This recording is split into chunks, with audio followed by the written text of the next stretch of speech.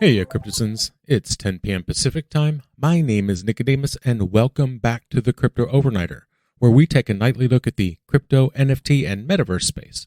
And keep in mind, nothing in this show should ever be considered financial advice. And we made it. It's 10 p.m. on a Friday night, Friday the 13th. How was your luck today?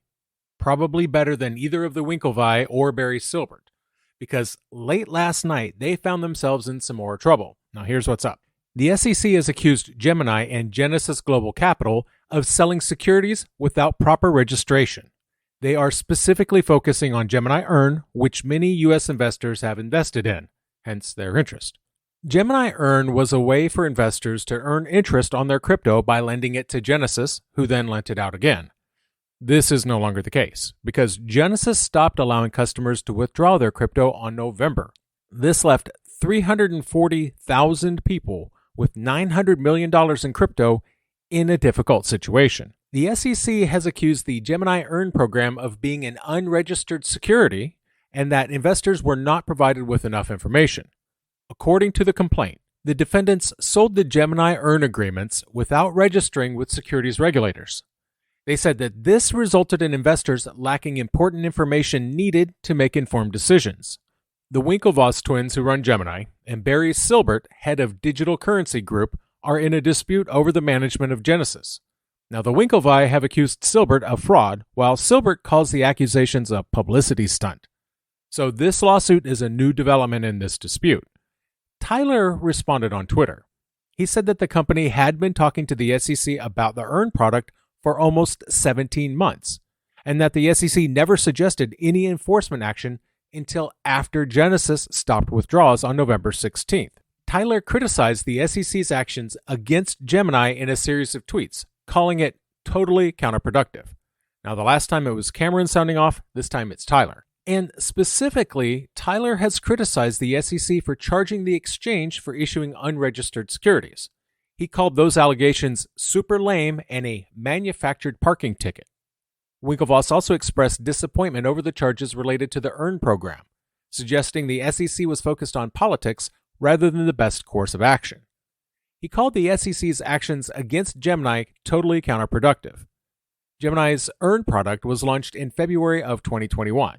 It officially ended on January 8th of this year. Now, in November, Genesis announced that it had about $175 million locked up in FTX. DCG sent $140 million to help the firm out, but by November 16th, Genesis stopped allowing withdrawals. Tyler said that the company will defend itself against charges of selling unregistered securities and will not let it distract them from their recovery efforts. Meanwhile, Republican lawmaker Tom Emmert criticized the SEC's decision also, calling it late to the game. He added that the SEC's actions don't protect anyone and that the regulator's approach of regulation through enforcement hurts everyday Americans. And so he took to Twitter, criticizing the SEC's decision to file charges. The SEC took the action after the launch of Gemini Earn program, which allowed users to deposit crypto and earned up to 8% interest. SEC Chairman Gary Gensler said in a statement that the charges against Gemini and Genesis are meant to show that the crypto lending platforms and intermediaries need to comply with the law. He added that compliance is not optional. It is the law. However, Emmert accuses the SEC of not providing clear guidance for the industry by choosing to take enforcement actions after the fact. He asked when the SEC would provide proactive guidance instead. And he's right. This is an issue. Can you imagine going through life, never finding out what's good and what's bad until after you try it? Can you imagine going to a job and not knowing what you're supposed to do, but you're getting your pay docked for violating rules you don't even know exist? That's what it's like at this point. And they're not the only ones upset with the SEC. Grayscale criticized the SEC's argument in their latest brief. Now, this is a part of a legal battle that started in June of 2022 when the SEC denied Grayscale's request to turn its Bitcoin trust into an ETF. The SEC said that Grayscale's ETF application had not adequately protected users from fraud and manipulation. This is a common argument the SEC has made in their rejections of Bitcoin ETFs. It's basically the equivalent of, I don't wanna. But the SEC has approved Bitcoin ETFs that are based on futures, saying that they're different and not susceptible to the same problems. And that really just goes to show how illogical the SEC's position really is. So what they're saying is that it's ridiculous to think that a surveillance agreement with the Chicago Mercantile Exchange can protect against fraud and manipulation in the futures market, but not in the spot market. A surveillance sharing agreement means that Chicago Mercantile Exchange watches for market manipulation that can change the price of an asset. Now, Grayscale argued that fraud in the spot Bitcoin market would also affect the price of Bitcoin futures. They stated that there is no good reason to believe that CME surveillance only protects holders of one kind of exchange-traded product, but not the other. The SEC will release their final brief on February 3rd. We have an update on Wyre, because we told you recently that Wyre had imposed a withdrawal limit. Well, it has since removed that 90% withdrawal limit. The company announced that it received funding from a strategic partner, which will allow it to resume normal operations and accept deposits again. Wyre is a regulated financial institution, and it did not pause withdrawals. Wyre set a limit on the amount customers could withdraw from their accounts just 2 days after former employees hinted that the company might shut down. The company said that this withdrawal limit was in the best interest of the community, but did not provide more information. Wyre now says that it has removed the limit and allowed full withdrawals and deposits after receiving additional funding.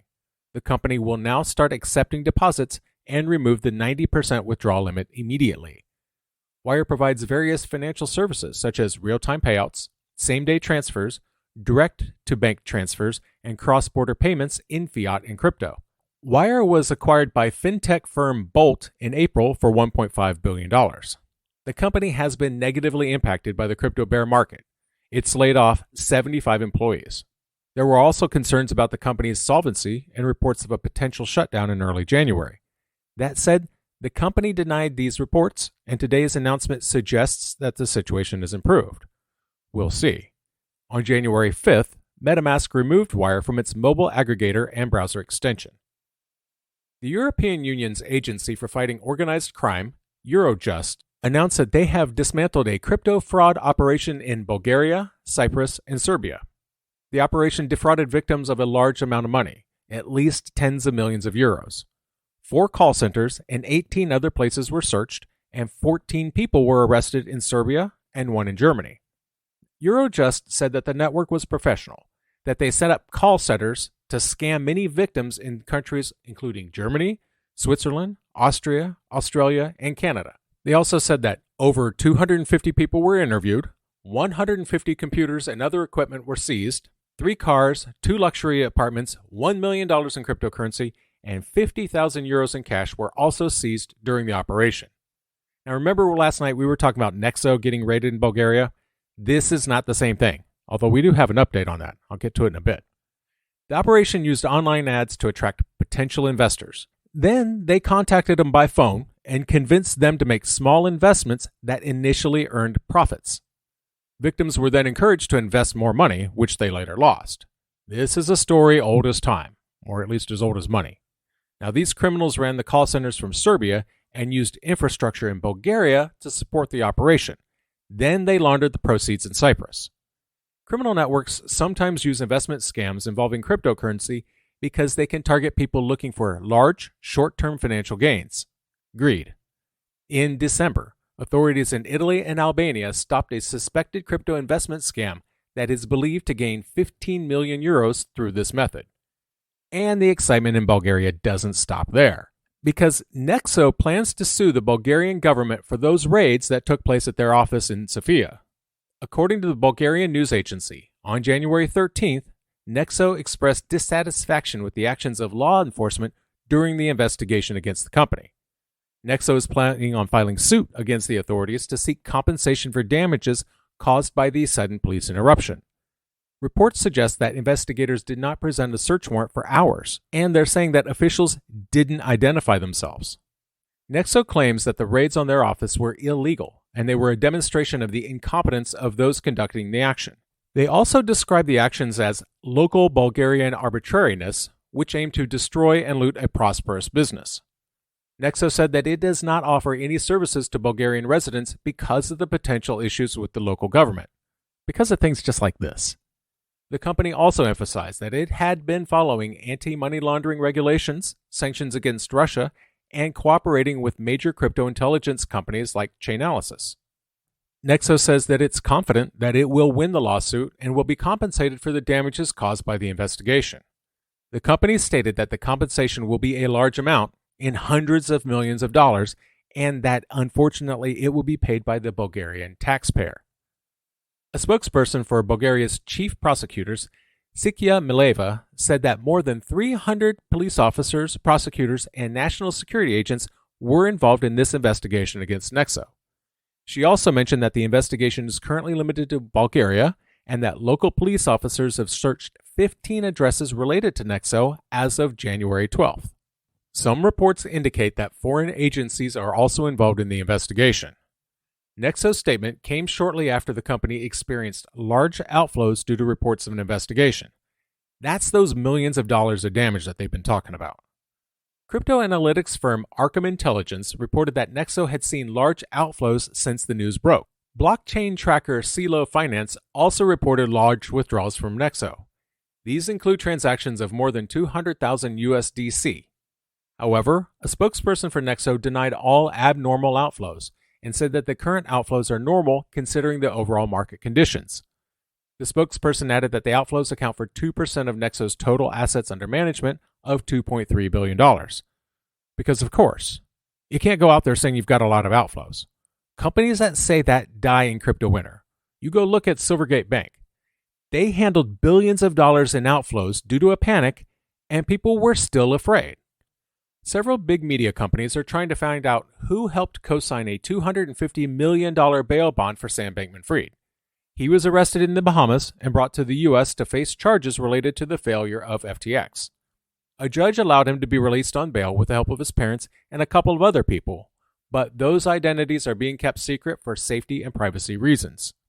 Many media companies, including the Associated Press, Bloomberg, Financial Times, CNBC, Reuters, Dow Jones, and Washington Post, said in a court filing that the public's interest in knowing who co-signed the bail bond is very important. And it's because of the nature and scope of his crimes. They said he's accused of committing one of the biggest financial frauds in history. Another filing by the law firm Colas also argued that the public's interest in learning the identities of the co-signers outweighs any concerns about privacy. The media companies said in a court filing that it's important for the public to know who helped co-sign the bond. The filing also stated that it is difficult to understand the potential risks of fraud or scandal without knowing who those co-signers are. The New York Times also filed a document about this issue. Sam's lawyers have said that he has received physical threats, and that's why he wants to keep the co-signers' identities secret, and he was released on bail on December 22nd. PayPal's money transfer service, Xoom, has a new feature. This feature lets people in the U.S. send money to Visa debit card holders in 25 countries. Xoom partnered with Visa to make this happen. Recipients can access the funds within minutes. This eliminates the need to wait for 5 business days, which is the average waiting time for wire transfers. PayPal's vice president of remittances said that this service will help people during winter and holidays when people send money to friends and family globally and quickly. Visa's North America head said that there is a growing demand for digital solutions to make sending money globally easier. This new partnership with Xoom is expected to meet this demand. For its part, PayPal has been expanding its financial services, including cross-border transactions and embracing cryptocurrency. In 2021, PayPal enabled crypto trading for customers, and in 2022, it started allowing native transfers of digital assets from PayPal to external wallets and exchanges. That said, they are still getting grief for changing their acceptable use policy. Remember that? They reserve the right to fine people up to $2,500 per violation. They said that there would be fines for posting or publishing things they don't like, hate speech or misinformation, basically anything that they feel is unfit for publication. So, some people still don't trust them. And that's going to do it for us tonight. I want to thank you, my listeners, because when you stop listening, I will stop talking. We'll see you tomorrow night.